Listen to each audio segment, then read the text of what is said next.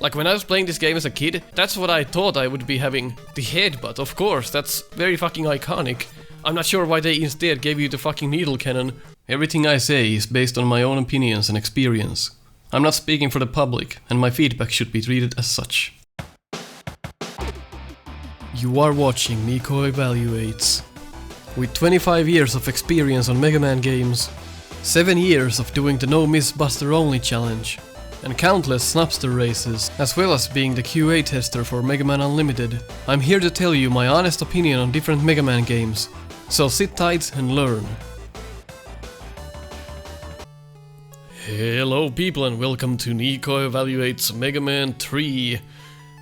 Somewhat highly requested, so we might as well check it out. Not the greatest game, not the worst. In fact, I've always loved this game for what it is, but it does have some issues, so let's dwell right into it. We have a password, in case you want to use a password, to skip to the part that you were previously on. Also got game start. No difficulty setting this time, they learned their lesson. And this weird glitch above Shadow Man's box. This is not caused by an emulator, this is caused by every Mega Man 3 that shipped. For whatever reason, that glitch is there. There is I believe a ROM in the internet called Mega Man 3 Improved that fixes this problem, along with most of Mega Man 3's problems. It is in fact quite an amazing ROM hack. But we are here to look at the core game and the original title, so let's forget about improvements, right? Why don't we go to Needleman first? No reason.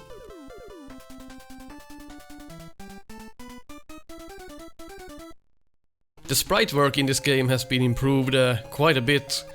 And if you came to this game from Mega Man 1 and 2, you will immediately realize how different the physics are.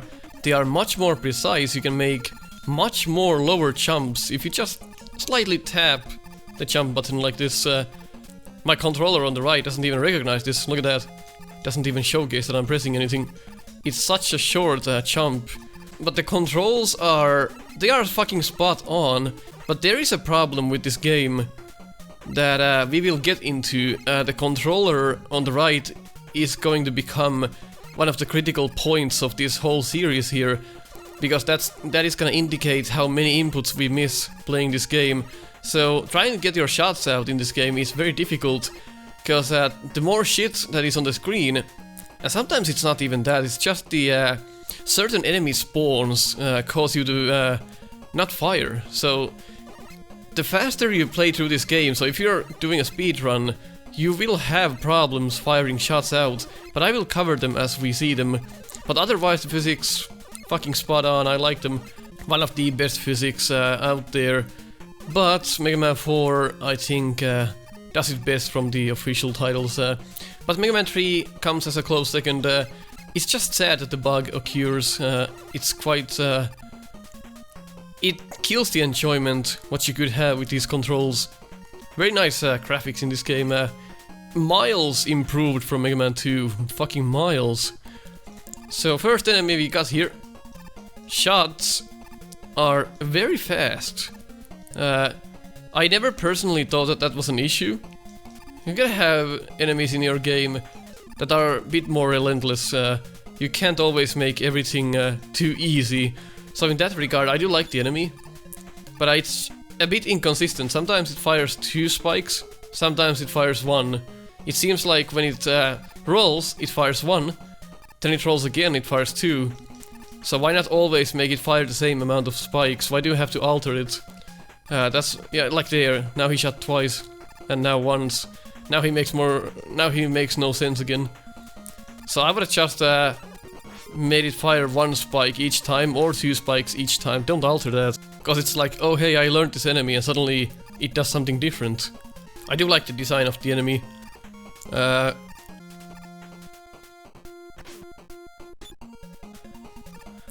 So here you can see one of the placement problems, and already, holy shit, the lag. Unbearable. But these 2 hedgehogs here are placed too closely to each other in my opinion, because you want to go back to fight this one, but when you go back you spawn the other on the screen, and then there's another. is just way too relentless if you're just starting this game up. Never played it before, you're gonna have a hard time with these guys. Not that it's a bad thing always, but just be careful when you place enemies like this. Especially if they deal a lot of damage. Yeah, backtracking in Mega Man 3 can cause some issues, but man, these take so many hits. And there you saw one of the bugs in this game. Sometimes when you hit an enemy, it dings, but it also deals damage. So that's one thing you have to keep in mind. These work well, I think. They're fun. They just blend a bit to the ground, I guess, but it's not too bad. I do like the design. I kinda like that they blend in the foreground, to be honest. It just looks nice. But they always try to home on you. Like that. It's a cool design. And there is animation as well. Although it animates right as it shoots, so it does nothing for the player, it's just there for flair again. And here's the huge myth that I always loved. Got my imagination going as a kid. I was like, is that a real myth? Is that gonna come out? I'm kinda sad that it doesn't come out. Like, what's the purpose of that? It's just there for, just to be there. I always wanted to fight that thing. But we will get to fight one of those things in the Wily stages, or rather, Dark Robot stages, if I recall. But positioning in this game is pretty good in general. There's not a lot of problems in terms of positioning. And also this enemy is very well done, it gives you enough time to see what's going on. It always does the same thing, so the pattern does look convoluted as fuck, but it's always the same. As we come down here, we have the warning down there before you even slide up here. And I think this just works out as well. There's some teaching involved, and they don't deal that much damage. You can slide here, because the slide physics are excellent. If this was Revenge of the Fallen, this slide would kill us here. But it doesn't here, because it gives you that extra boost to make that. So this hedgehog up here is a bit ridiculous, but it's also done this way, because the E-tank is on this room. So they want you to get up there while the hedgehog is firing at you, because there's literally no time to kill it before it reaches that point. With the Buster at least. So now you gotta kill it or just avoid his shots. But the menu here, I never liked. It's very fucking strange. I prefer the Mega Man 2 menu over this menu. This is more difficult to navigate for some reason.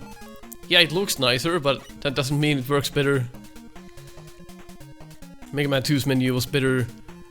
And here, you don't have much room to jump over these. It can be done, but it also doesn't teach you that you can slide under the hammers. I didn't know about this as a kid, and I'm not sure that many people knew about this. It does look like you could slide under the hammers, but who's gonna think about doing that? I'm actually interested. If you played this game as a kid, did you know you could slide under these, and did you slide under these? Because I don't think many people realized that. They should have somehow taught you about that. Make some spot in the game where you have to slide under the hammer. There might be one later in the game, but I can't recall. I don't think they taught that well to the player. Here's the Big Eye variant. Works far better than any other Big Eye so far. Mega Man 1's Big Eye, horrible design. Mega Man 2's armor shows. Just can't get behind those designs. This is a lot better. Doesn't take 50 hits. Dies easily. And you can easily slide under him. And yeah, talking about Mega Man 3, the slide. Mega Man 3 came up with the slide. And I think it's a welcoming addition. It's very important in this game. And it plays well around it. Very short levels in this game. Needleman, he can be a bit intimidating, but I do love his design. So the needles he throws or fires, they will always kind of home on you. But what I was always sad about was the bullshit weapon you got from Needleman. Yeah, it's good in certain situations, but mostly it's just a buster that you can hold down, it's nothing else. I would have made the weapon just like they did in, I think, Queen's Revenge, where you actually got the headbutt from Needleman. That was actually fucking cool. So I wish they gave you the headbutt instead. Like when I was playing this game as a kid, that's what I thought I would be having. The headbutt, of course, that's very fucking iconic. I'm not sure why they instead gave you the fucking needle cannon. Maybe because it was easier to program and they were like, yeah, just give them the fucking needles, it's easier to code in. I bet that was the reason why they did that. But Needleman, as I stop talking bullshit here, I think it's a semi-good design. It's a bit of a hard robot master, but it's nothing too bad. The problem is that, again, he doesn't telegraph very well. He just fires the needles wherever the fuck. They home on you, yes, but it takes a bit time to understand how. He's not moving at all now. So his horizontal movement is random, as you can see now. He jumped. So sometimes he can just get stuck like that. I've never seen him get stuck for that long, though. We should kill ourselves to check him more. But it's not bad. It's just the telegraph could be better when he fires his needles. He just fires them and doesn't even warn you. It takes time to realize how to kill him properly with the buster. But once you've had that practice, it's not too bad. Doing a no-miss on him can be taxing. And the hitbox, I think, there was a bit fucked up. Let's look at the mini screen on the right and check the hitbox of that needle. I think it's a bit off there. I think it hit us, even though I was pretty sure it was not going to. So, the way you can really fuck yourself in this fight is to corner yourself. Never go in the corner and stay there, because he's gonna jump right next to you and headbutt. It's one lesson you can learn here. Overall, Needleman is not bad. It's really not bad. Like that. That's your worst mistake you can do. Go in the corner and stay there. The boss has flaws, for sure. You can see the flaws as I'm fighting him. But it's a fun boss. Not many bosses are this intimidating and fun at the same time. So even though with its flaws... Okay, so... Right there, if you look at the controller, I fired, but nothing came out. So that is one of the biggest issues of Mega Man 3. The shots just don't always come out, and that can be fucking infuriating when you're trying to kill a boss. So it's not always about the amount of enemies on the screen or lag, it just happens randomly, and I'm not sure what actually causes that. But Needleman is fun, despite its flaws. It's fun to battle him. Okay, let's go check Sparkman. I'm just doing a random order here. That's the most fun way. So, I like the graphics on this stage, as well as the eyeball enemy. We're gonna see that again, so don't worry, we can evaluate it better. It's a bit of a hard spot to evaluate that enemy on. These spark walls, extremely fun as well. Later on, their placement will be more difficult, and you'll see that. But it's a good introduction to the enemy. Can die, can fall down a pit, can die to death spikes. You'll just take damage from it if you fuck that up. And here, got a little tube up there. What could be there? Well, one of these motherfuckers. I already spawned the first one, so that's why he didn't appear. There we go. So, they will always spark you when you're under them. If you look at his sprite, it's clear, if you think about it, that the bottom where the little prongs are, that's when he's gonna do something, and in fact, that's how it works. So that's pretty much his sensor. So when you're under him, he fires the little sparks. Works well. And if you're under, you will take damage if you don't move. It's a fun design in my books. I really like the background with the foreground, but with graphics like this, the lag can just become unbearable, as you can see. This is the worst lag we have yet on any official title we have evaluated, which is 1 and 2. This game has the worst lag. That's a fine room. So, bit of a rough introduction. first one should not be placed in this way where you just die instantly on spikes if you don't know how it works. Let the player learn before killing them. So take the spikes out of the ceiling and don't make this platform go up to the ceiling. That way you can just stand on it as it goes up and down and see what it does. But you can jump to the left side, you can jump back, but that does not help you after you're dead. So a better learning experience here would have tickled me fancy. So here's what I was talking about these spark walls. Bit of a harder jump there. Well, 2 hard jumps. Yeah, most people are probably gonna die on the second one because they're trying to make that jump, or at least take damage. It's a very small window as you're trying to make that, because this section makes you wanna hurry, but as you hurry you're probably gonna drop down. So the timing is very important there. It's one of those things where the game just wants you to learn by dying. There's not an easy way to go about this section. These Pickleman bulls have a bug where sometimes if you hit the helmet it still dings. Or apparently goes through. But let's see the bug here. Yeah, it can go through as well. But let's see, I wanna see the ricochet off. When you shoot them sometimes they just ding your shot randomly, but it seems like this particular Pickleman bull works. I never seen this happen. So it could be that the ones in Heartman stage caused the bug and not this one. But I know for a fact that the bug exists.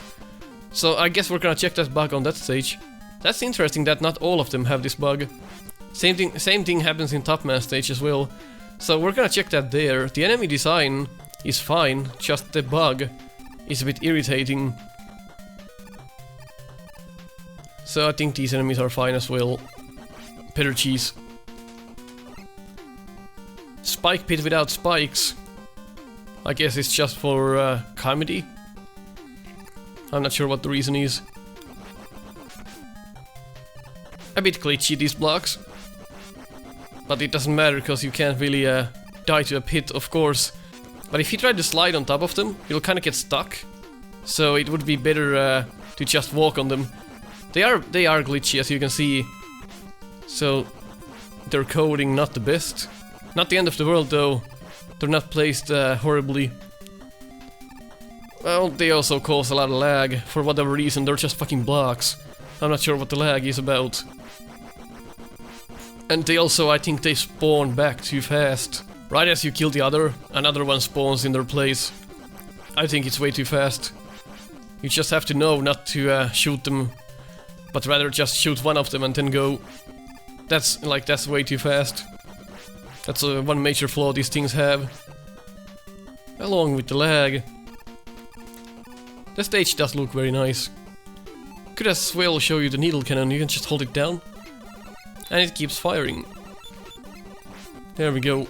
So, we had our lesson on how these platforms work, and now we have to do it with enemies at the same time, and one of the hardest spots in the entire game, in my opinion. You just have to know what to do. These things spawn right as you make the jumps, so it's not the most fair thing in the world. But once you learn that, it's quite fun to do. It's just not the best design there is. I never realized you can go back as well. Well, never really thought about it. So you can indeed speedrun this. You don't have to stop. Unless you get hit. But even then, you can still make that. It's a bit scary every time. But just to show you it's possible. So maybe they thought about going through that section fast, or maybe they didn't, just an accident, could be. But you can do this.